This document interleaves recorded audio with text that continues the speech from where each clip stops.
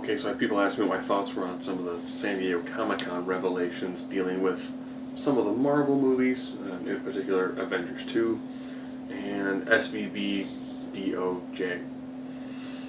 So no footage, no pictures in this video, like the majority of my videos. I get hit more often than not for copyright because I'll use a company's name somewhere in the title. So we'll begin first with some of the Avengers 2 stuff. I haven't seen any of the actual footage, read a ton of descriptions. It does almost sound like Ultron is going to be based off some of the old Iron Man suits. So I'm assuming a few might have survived the explosion they did after House Party for Iron Man 3. They show the Avengers getting the daylights beaten out of them. And, Ultron going from essentially a conglomerate of bits and pieces of Iron Man suits to his final form towards the end. And yeah, sounds pretty good. They did mention specifically that when Scarlet Witch uses her powers, her face kind of grows pale and her eyes kind of glow red. And that sounds interesting. I kind of like the fact that they're going to use bits and pieces from, I think it was Wolverine and the X-Men, when they fought their version of Scarlet Witch. She had a similar motif to her power and a similar look too from what they currently have for the costume. So that sounded interesting. Some of the prop shots, of course, was, like a broken Iron Man gauntlet, a busted up Captain America shield, which would be a great way to bring in Black Panther, Wakanda. Since it's not adamantium vibranium, I think the place where vibranium is predominantly forged at, which would be a great way to bring in some. There's a nice word. Bring in some needed changes in the overall color palette of the Avengers team. Don Cheadle would be great having him in as an additional part to play off of Iron Man. But I know they've mentioned quite a few times that they want to have more multiculturalism in there. Even though you could easily bring in Falcon if you wanted to. So you could bring in some figures. I think bring in Black Panther later on in a future movie would actually be really good. They also did not make mention that the Avengers 2 kind of teaser trailer, you would almost think that you would have made mention that even though people complain if you're in Hall H you should see it before anybody else does, had they mentioned that you could see that trailer with Guardians of the Galaxies, I think that would easily push Guardians of the Galaxies into a much higher price range when it comes to how much money it'll make over the weekend. Just look at what the Star Wars trailers did for Robots. It really helped push that to a #1 movie just because people really wanted to see the trailer. See the trailer and enjoy a movie, that's a bonus. So I think Marvel overall did a pretty good job. But Marvel's been firing on all cylinders. So they have the ability to do that. DC. DC pretty much has got one movie that is still a couple years away. So they did a photo of Gal Gadot in the Wonder Woman costume. Very, very Xena-esque. Initially, I didn't like it too much until someone did a split shot of how she looks in that picture versus how she looked in Fast and Furious 5. So she has toned up, she has gotten noticeably larger. The only issue that I'm really going to see is she looks good in that photo by herself with no one else near her. She is listed at being like 5'9", 5'10", depending on what site you're going to, with Henry Cavill being 6'1". So if they put her in a decent amount of heels, she can be pretty close to the same height as Henry Cavill. You're looking at having to do like a 3 to 4 inch difference, plus overcoming however big his shoes are. So, a 5-inch sort of heel on a boot, but potential to have her be of similar height to Superman. And that's just for more of the physical presence. But then Ben Affleck is 6'3". So that means when the Superman and Ben Affleck are standing on an even surface looking at each other, Superman has to look up at Batman. So I'm assuming they'll probably do a lot more of Superman flying. So the Gal Gadot suit, looks very, very Xena-esque, very brown.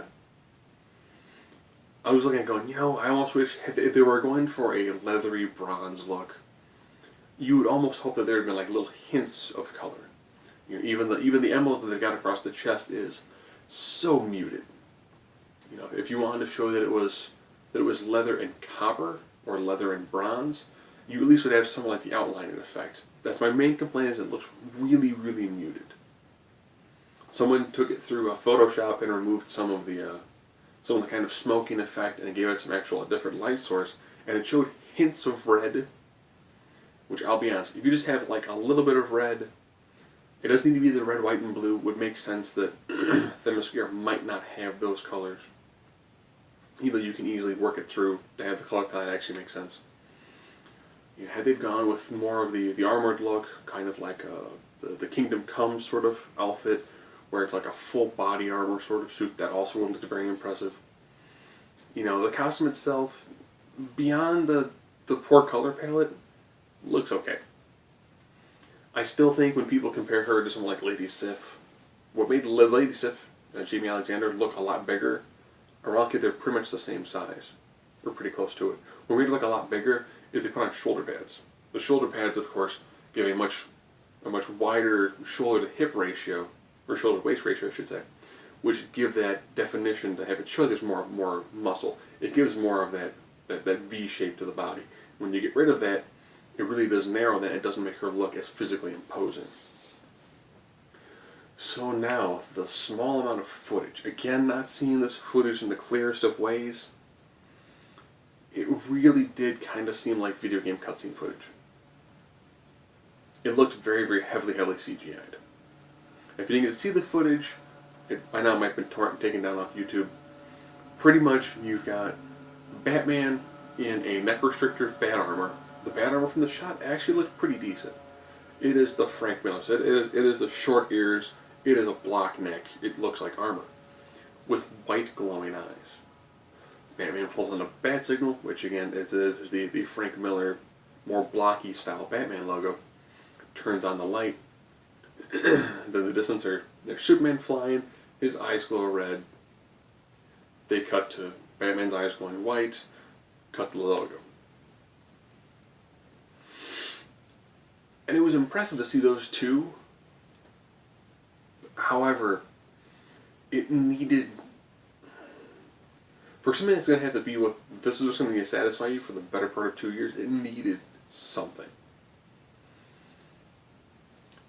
You know, even if it had just been, you know, like if he reveals it, he stands there.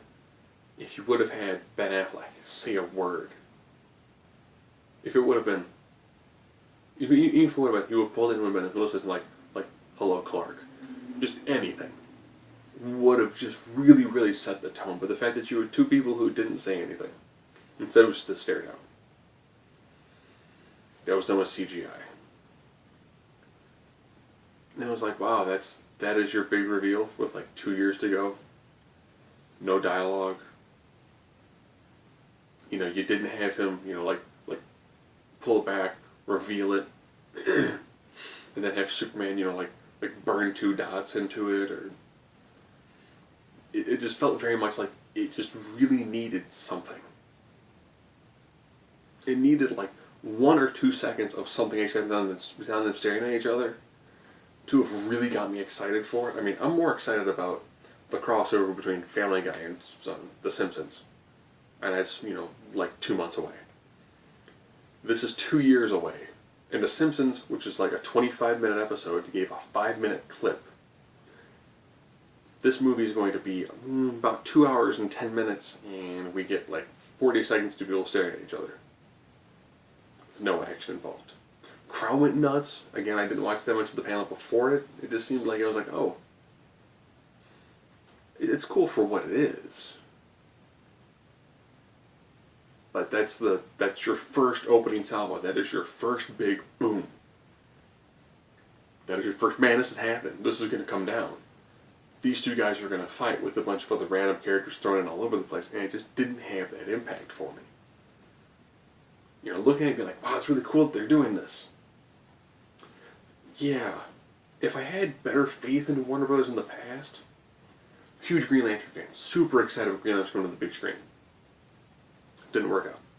Loved V for Vendetta. I read that, I think like the week before I came out of Blazing, you should read this. I read it like in one sitting.